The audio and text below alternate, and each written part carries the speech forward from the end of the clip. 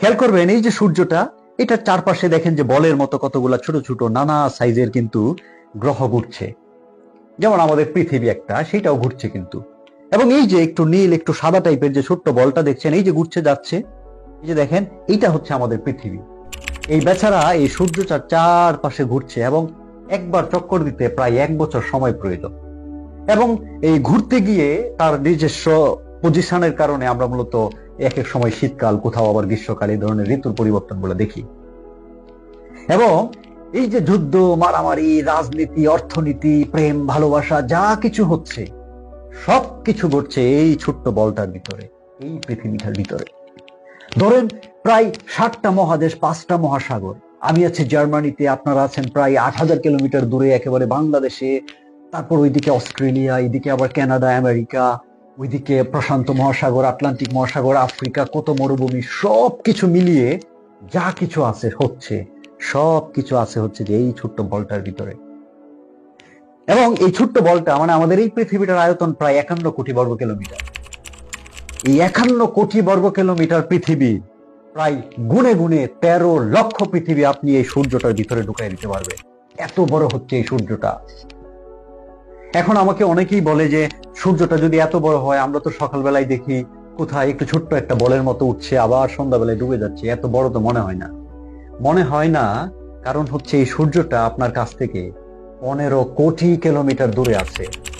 আপনারা যারা বিমানে ভ্রমণ করেন, হাই অ্যালটিটিউড, ধরেন 33,000 ফিট বা আরো বেশি, 10 থেকে 12 কিলোমিটার উপর দিয়ে যখন বিমানটা যায়, জানালা দিয়ে নিচে তাকাবেন, মানুষগুলো দেখবেন যে ছোট ছোট পিঁপড়ার মতো মনে হয় চলছে, যেন কোন একটা শহরের দিকে তাকাইলে মনে হয় কতগুলা পিঁপড়া একসাথে জড়ো হয়ে আছে, মাত্র 10 থেকে 12 কিলোমিটার উপরে। আর এই সূর্যটা আপনার কাছ থেকে, আমার কাছ থেকে 15 কোটি কিলোমিটার দূরে। এবং এটার উপরে তাপমাত্রা হচ্ছে প্রায় 6,000 ডিগ্রি সেলসিয়াস, এবং এটার ভিতরের তাপমাত্রা হচ্ছে 1.5 কোটি ডিগ্রি সেলসিয়াস। অর্থাৎ এই সূর্যটা 1.5 কোটি ডিগ্রি তাপমাত্রায় তার নিজের ভিতরটা জ্বলছে এবং পুড়ছে। এবং এই পুরার ফলে যে আলো তৈরি হয়, যে তাপমাত্রা, সেইটা আমরা পৃথিবীতে পাই, যেটা আমাদের শক্তির উৎস। এই সূর্যটাকে কেন্দ্র করে এই মূলত আপনার মার্কুরি, ভেনাস, আর্থ, মার্স, জুপিটার, স্যাটার্ন, এই যে প্রায় 8টা গ্রহ আমাদের, এগুলো সব ঘুরছে। এবং এই যে ঘুরছে নির্দিষ্ট দূরত্বে, এইটাকেই আমরা বলছি সূর্য সহ সবকিছুকে আমাদের সৌরজগৎ বা সূর্যের জগৎ। এই সূর্যটা আবার অবস্থান করছে মিল্কি ওয়ে গ্যালাক্সিতে। এইটা হচ্ছে যে মিল্কি ওয়ে গ্যালাক্সি। গ্যালাক্সি মানে হচ্ছে যেখানে অনেকগুলো নক্ষত্র, সূর্য কিন্তু একটা নক্ষত্র, এইরকম ধরেন একটা নক্ষত্র যার পাশে আরো বিভিন্ন কিছু ঘুরছে, সবকিছু যেখানে একসাথে অনেকগুলো পুঞ্জাকারে ঘুরে, এটাই হচ্ছে গ্যালাক্সি। এবং এইটা হচ্ছে যে আমাদের মিল্কি ওয়ে গ্যালাক্সি, যেখানে প্রায় বলা হয় যে 100 বিলিয়ন থেকে প্রায় 400 বিলিয়ন পর্যন্ত সূর্যের মতো এরকম নক্ষত্র আছে, এবং এগুলো চক্রাকারে ঘুরছে। 1 বিলিয়ন মানে হচ্ছে 100 কোটি, তার মানে 100 বিলিয়ন মানে 10,000 কোটি, এবং 400 বিলিয়ন মানে 40,000 কোটি। অর্থাৎ এই মিল্কি ওয়ে গ্যালাক্সিটার ভিতরে সূর্যের মতো, যে সূর্যটা পৃথিবীর তুলনায় প্রায় 13 লক্ষ গুণ বড়, এইরকম প্রায় 10,000 থেকে 40,000 কোটি নক্ষত্র থাকতে পারে আমাদের এই মিল্কি ওয়ে গ্যালাক্সিটার ভিতরে। এবং এই মিল্কি ওয়ে গ্যালাক্সিটা এত বড়, এর এক মাথা থেকে আরেক মাথায় আলোর গতিতে যাইতে প্রায় 1 লক্ষ বছর প্রয়োজন। অর্থাৎ সহজে বলছি, ধরুন আপনার বাড়িতে যদি একটা টর্চ লাইট থাকে, আপনি রাতের বেলায় একটা গাছের দিকে ধরেন লাইটটা ধরলেন, বা রাস্তার দিকে, আপনার লাইট থেকে, টর্চ থেকে যে লাইটটা বের হয়ে যায়, এর গতি হচ্ছে সেকেন্ডে 3 লক্ষ কিলোমিটার।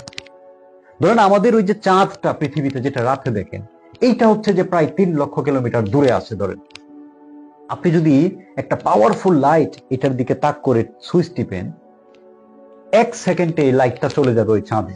এত দ্রুত যায় হচ্ছে আলোর গতি। এই আলোর গতিতে, এত স্পিডে এই মিল্কি ওয়ে গ্যালাক্সিটার এই মাথা থেকে ওই মাথায় যাইতে আপনার 1 লক্ষ বছর সময় প্রয়োজন। এত বড় হচ্ছে এই মিল্কি ওয়ে গ্যালাক্সিটা, যেখানে প্রায় 100 থেকে 400 বিলিয়ন নক্ষত্র আছে সূর্যের মতো।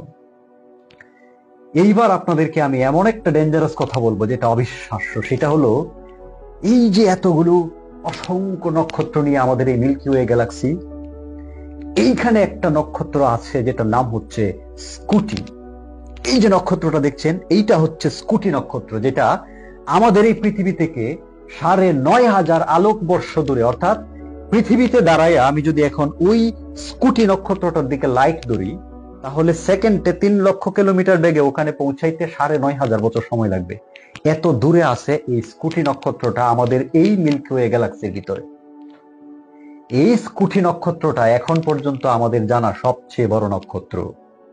এবং এই যে সূর্যটা, যেটা প্রায় ১৩ লক্ষ পৃথিবীর সমান, এই সূর্যটার প্রায় ৫০০ কোটি সূর্যের সমান বড় হচ্ছে এই স্কুটি নক্ষত্রটা।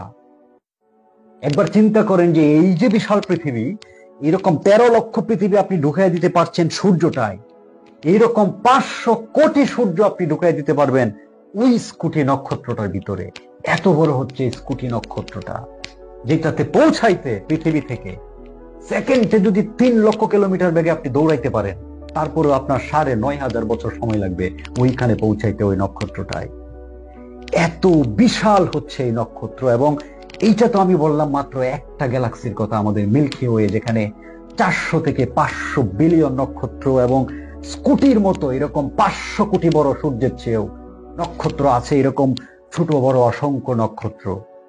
এখন পর্যন্ত আমরা যতটুকু ধারণা করি যে এইরকম মিল্কি ওয়ে গ্যালাক্সির মতোই প্রায় ২ ট্রিলিয়ন, ১ ট্রিলিয়ন মানে ১,০০,০০০ কোটি, এরকম প্রায় ২,০০,০০০ কোটি গ্যালাক্সি আছে আমাদের এই যে মহাকাশ, মহাবিশ্ব, যেটা আমরা এখন পর্যন্ত জানি বা বুঝি, যেটা আপনারা রাতের আকাশে দেখেন, খোলা আকাশে।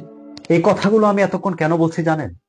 এই যে এত বিশাল আমাদের এই অস্তিত্বমান জগৎ, এত এত নক্ষত্র, এত এত বিশালতা, গ্যালাক্সি, সমস্ত কিছু, এই সমস্ত কিছুর পিছনের কারণ হিসেবে আমরা যারা স্রষ্টায় বিশ্বাস করি, আপনারা যারা স্রষ্টায় বিশ্বাস করেন, আপনারা যারা বিশ্বাস করেন যে একজন সৃষ্টিকর্তা আছেন এর পিছনে, এবং আপনারা যদি সত্যিই সেই সৃষ্টিকর্তাকে সম্মান করেন, শ্রদ্ধা করেন, এবং আপনারা মনে প্রাণে বিশ্বাস করেন যে আপনিও সেই সৃষ্টিকর্তার সৃষ্টি, আপনি কখনোই, আমার মনে হয়, এমন কোনো কাজ লজ্জায়ও করতে পারবেন না যেটা অন্যায়, যেটা আরেকটা মানুষকে কষ্ট দেয়, দুঃখ দেয়, যেটা যুদ্ধ তৈরি করে, যেটা ক্যাওস তৈরি করে। আপনি লজ্জায় করতে পারবেন না, আরেকটা মানুষকে অপমান করতে পারবেন না, কষ্ট দিতে পারবেন না। আপনি লজ্জায় রেগেও যেতে পারবেন না, কারণ আপনি যদি বুঝতে পারেন এই যে বিশালত্ব এই সৃষ্টি, যেটার একটা হচ্ছেন আপনি, এবং এইটার যিনি সৃষ্টিকর্তা তাকে আপনি বিশ্বাস করেন, তাকে আপনি সম্মান করেন, তাকে আপনি মনে প্রাণে মনে করেন, তাকে শ্রদ্ধা করেন, এইরকম একটা বিশাল অস্তিত্বকে আপনি যদি শ্রদ্ধা করেন, আপনি কি করে অল্পতেই আরেকজনকে গালিগালাজ করতে পারেন, রেগে যেতে পারেন? আপনি কি করে আরেকজনকে মারতে পারেন, আরেকজনকে কষ্ট দিতে পারেন? আপনি কি করে যুদ্ধ করতে পারেন, খুন করতে পারেন? This is impossible. আমি যে মেসেজটা দিতে চাই সেটা হচ্ছে শুধুমাত্র পড়া কিংবা শোনা নয়, কিংবা জাস্ট বিশ্বাস করা নয়। আপনাকে এই যে বিশাল অস্তিত্বের যে চেইন, এই যে বিশালতা, সেইটা আপনাকে বুঝতে হবে। এবং এইটার যিনি সৃষ্টিকর্তা, তাকে যদি আপনি সত্যিকার অর্থে বিশ্বাস করেন, মনে প্রাণে শ্রদ্ধা করেন, আপনি যদি মনে প্রাণে মনে করেন তিনি হচ্ছেন আমার স্রষ্টা, সমস্ত কিছু স্রষ্টা, তার প্রতি শ্রদ্ধা থেকে আপনার পক্ষে অন্যায় করা, রেগে যাওয়া, মানুষকে কষ্ট দেওয়া, কাউকে মেরে ফেলা, কাউকে অত্যাচার করা, দুর্নীতি করার সুযোগ পেলে এই কাজগুলো আপনি তখন করবেন না। কারণ এতে করে আপনি একদিকে বিশ্বাস করছেন এমন একজন শক্তিশালী স্রষ্টাকে, আবার আপনি কাজ করছেন ভিন্নভাবে। সেইটা কিন্তু মিলছে না। তখন এটা আপনার জন্য লজ্জার, আপনার জন্য অপমানের। এই জন্য আমি যেটা বলতে চাই যে এই যে বিশালতা, এই যে অস্তিত্ব, সেটাকে নিজের ভিতরে বোঝার চেষ্টা করুন, সেটাকে রিয়েলাইজ করার চেষ্টা করুন, এবং এইটার যিনি স্রষ্টা, যাকে আপনি বিশ্বাস করেন, সেটা নিজের ভিতরে রিয়েলাইজ করার চেষ্টা করুন। তখনই দেখবেন আপনি চুপ হয়ে যাবেন, আপনি শান্ত হয়ে যাবেন, এবং আপনি আরেকজনের ক্ষতি হোক, কিংবা আপনি রেগে গিয়ে কাউকে মেরে ফেলা, যুদ্ধ করা, কারো ক্ষতি করা, মানে এক ধরনের বিশৃঙ্খলা তৈরি করা, আপনার মন তখন সেটা সাই দিবে না, বলবে যে দাঁড়াও, তুমি তো সেই সৃষ্টিকর্তায় বিশ্বাস করো যিনি এই মাপের হতে পারে। এই মেসেজটা আশা করি আপনার অন্তরে ধারণ করবেন। ধন্যবাদ।